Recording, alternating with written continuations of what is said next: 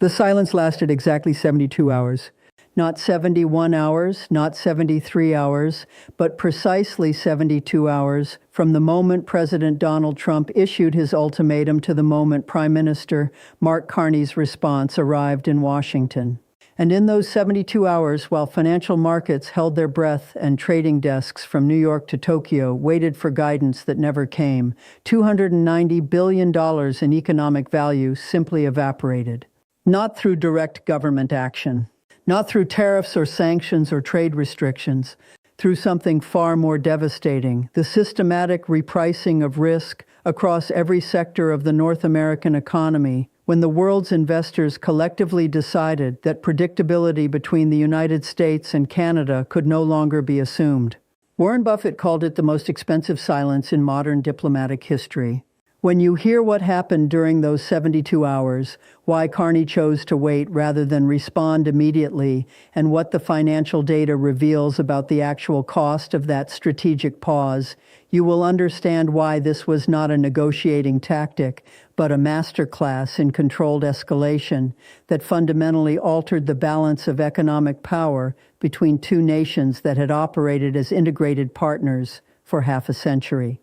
The ultimatum arrived at 3:17 p.m. Eastern Time on June 12, 2026. President Trump stood in the Rose Garden, flanked by the U.S. Trade Representative, the Treasury Secretary, and the Chairman of the Federal Reserve. The event had been scheduled as a routine economic briefing. It became something else entirely. Trump read from prepared remarks, a rarity that signaled the statement had been carefully constructed by legal counsel. He said, Canada has 72 hours to accept the revised USMCA framework we presented yesterday, or the United States will consider the entire agreement void and revert to most favored nation tariff schedules effective at midnight on June 15th. This is not a negotiation. This is a clarification of terms that Canada agreed to and is now attempting to reinterpret through creative reading that serves Ottawa's interests at American expense. The revised framework Trump referenced was a 41-page document delivered to Canadian officials at 11:30 a.m. the previous day. The document had not been negotiated. It had been drafted by the Office of the U.S. Trade Representative without Canadian input and presented as a fait accompli.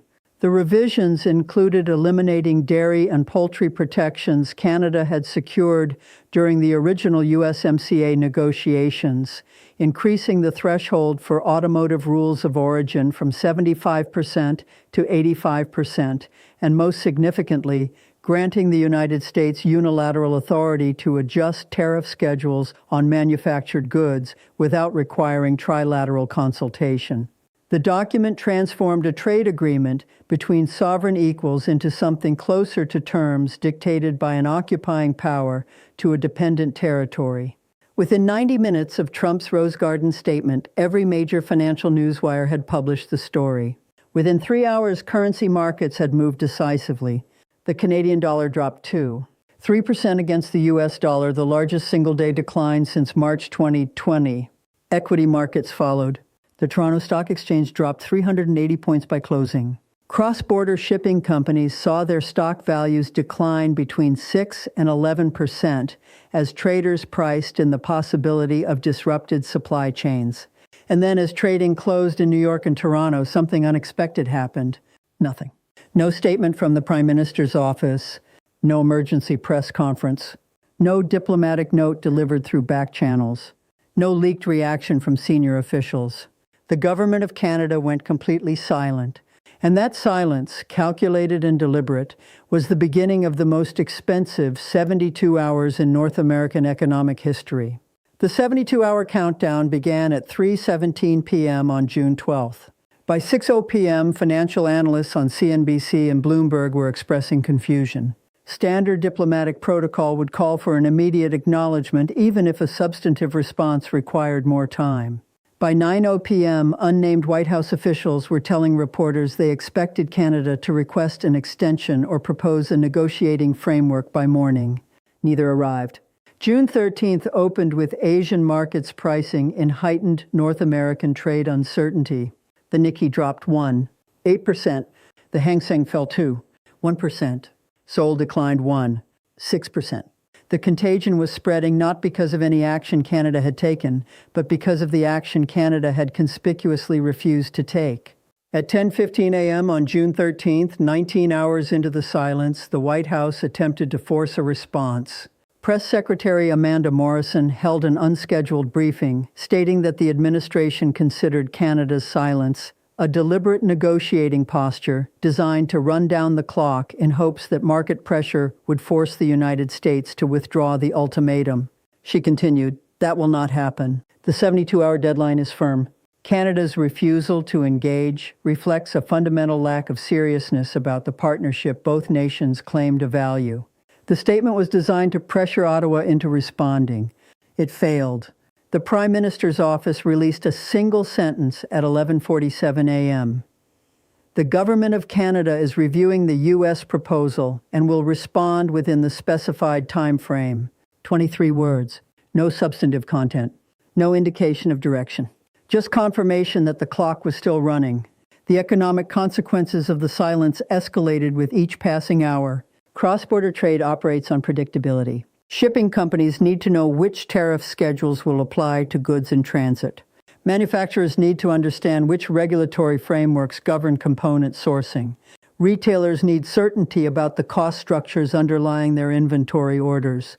The 72-hour ultimatum destroyed that predictability. And when predictability vanishes, economic activity freezes.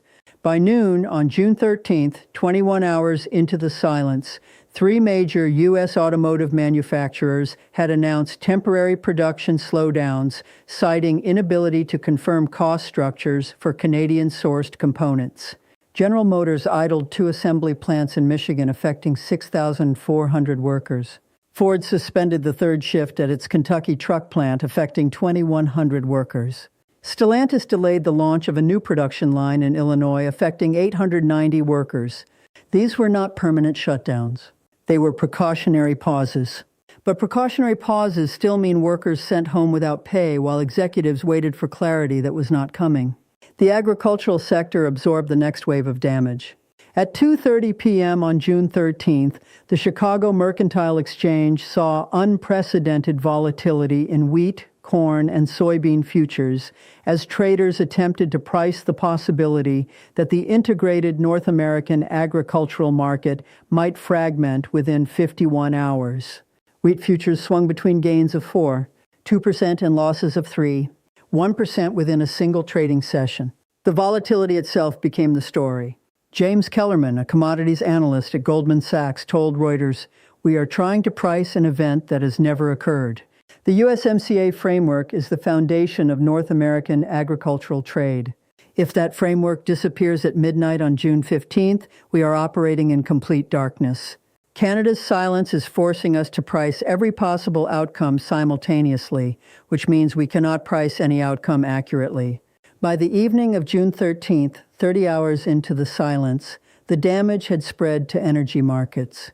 Natural gas futures climbed 7% as traders anticipated potential disruptions to pipeline flows if trade relations deteriorated. Crude oil spreads between Western Canadian Select and West Texas Intermediate widened by $3.40 per barrel, the largest single-day divergence in 8 months.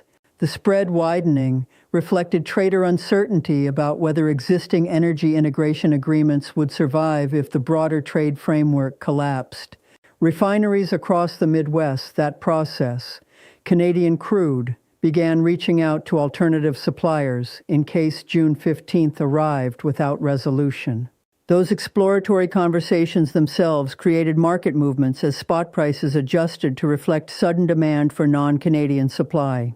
The human cost, as always, had a name and a mortgage payment due on the first of the month.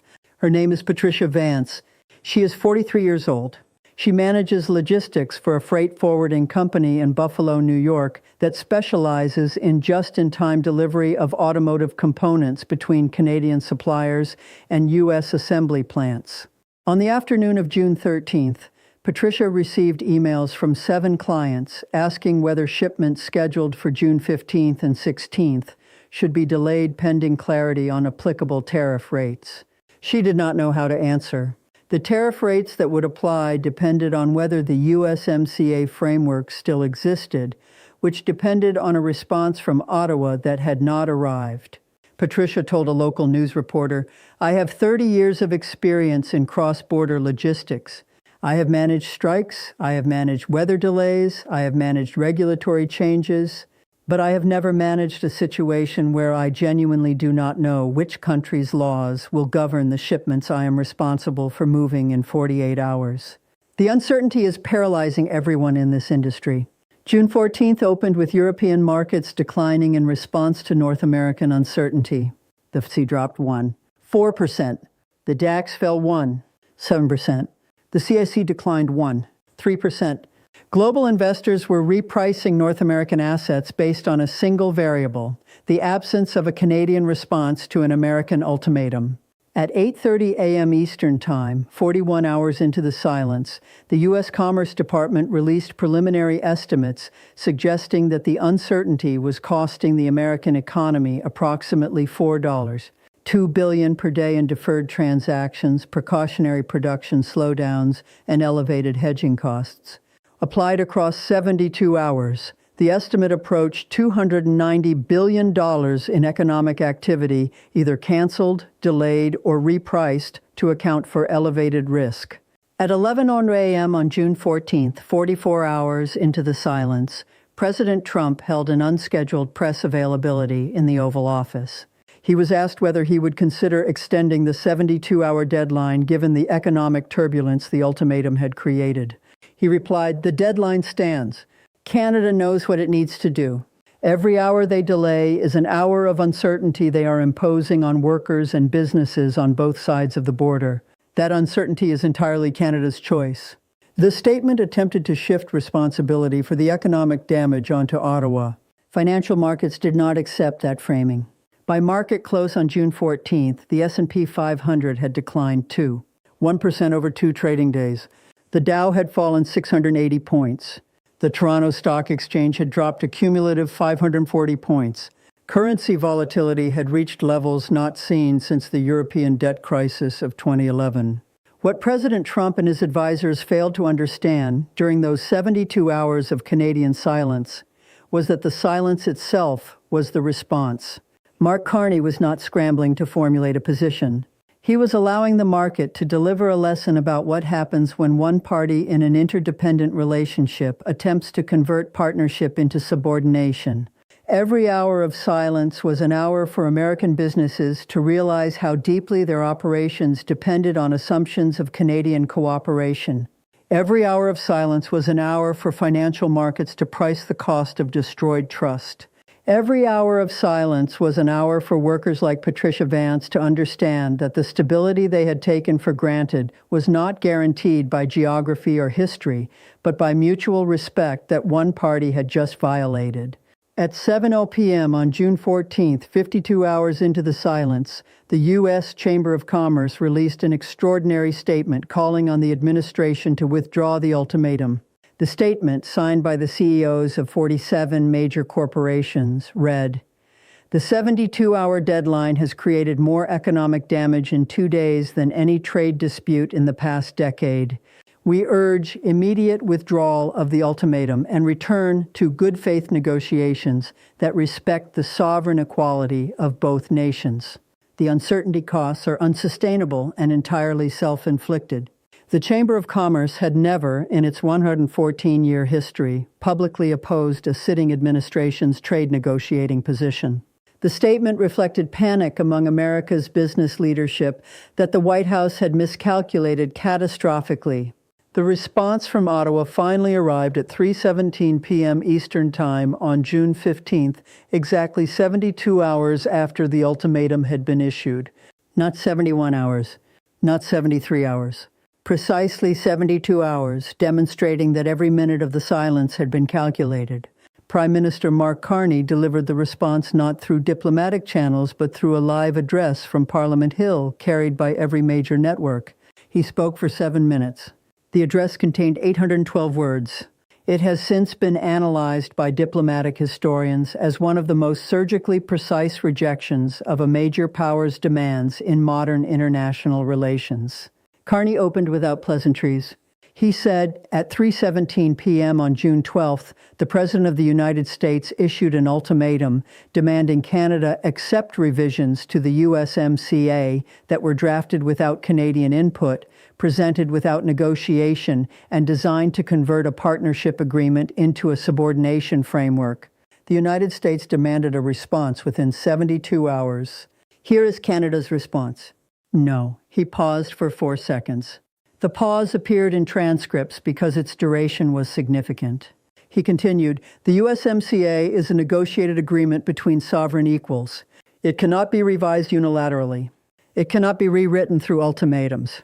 And it certainly cannot be transformed into an instrument of coercion where one party dictates terms and expects compliance within 72 hours. That is not how treaties work.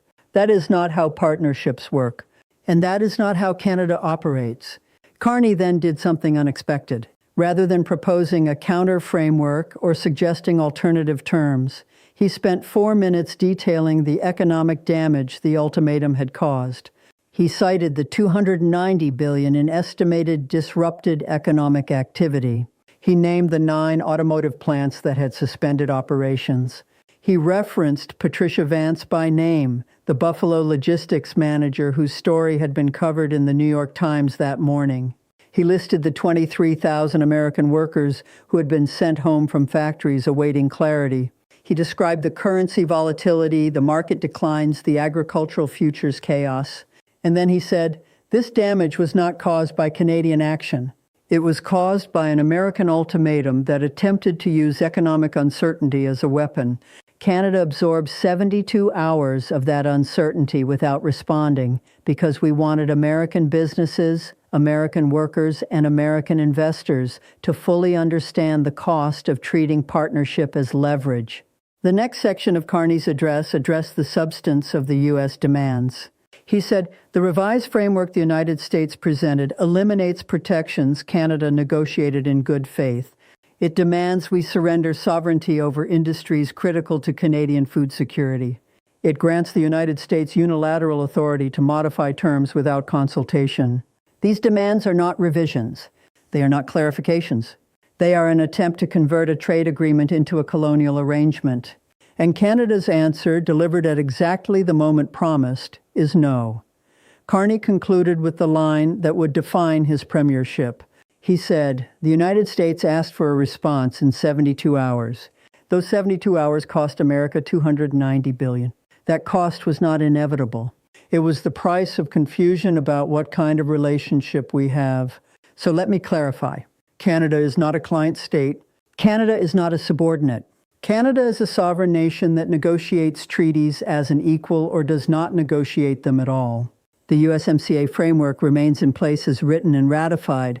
If the United States wishes to propose amendments, we will negotiate those amendments through proper channels with proper respect. But if the United States issues ultimatums, the answer will always be the same answer we gave today. No, the address ended at 3:24 p.m. 7 minutes, 812 words. And in those 7 minutes, Mark Carney accomplished what 72 hours of silence had been designed to achieve. He forced the United States to confront the difference between market size and market power. He demonstrated that the party willing to absorb short-term pain holds leverage over the party that cannot tolerate uncertainty.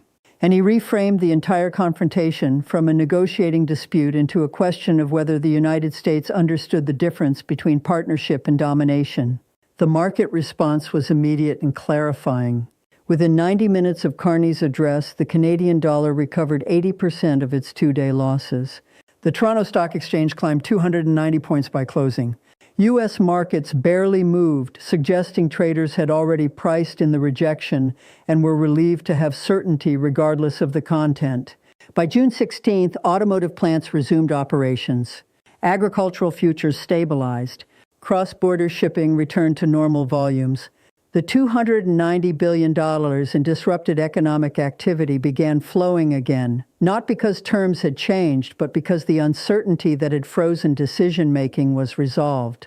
Warren Buffett's response to the 72-hour confrontation addressed the fundamental business principle the episode had illuminated.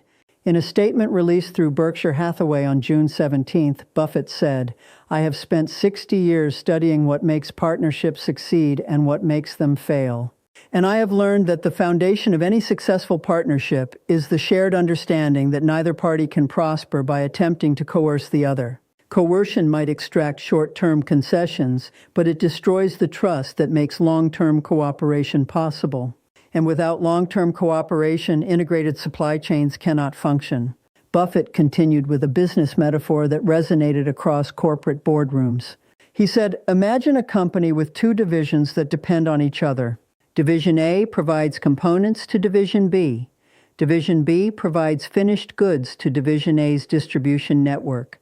One day, the head of Division A sends an email to Division B saying, 'You have 72 hours to accept new terms that reduce your profit margins and grant me unilateral authority to change our arrangements whenever I want.' Division B could respond in several ways. They could panic and accept immediately. They could negotiate desperately. Or they could do what Canada did, remain silent and let Division A watch their own operations freeze while they wait for a response that demonstrates Division B is not actually subordinate." The Oracle of Omaha applied the metaphor directly to the geopolitical confrontation.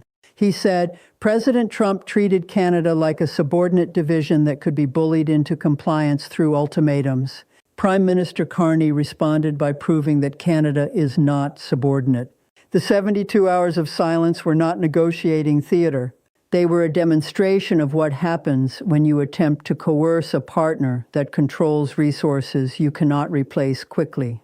Every hour of that silence cost American businesses money because those businesses depend on Canadian cooperation.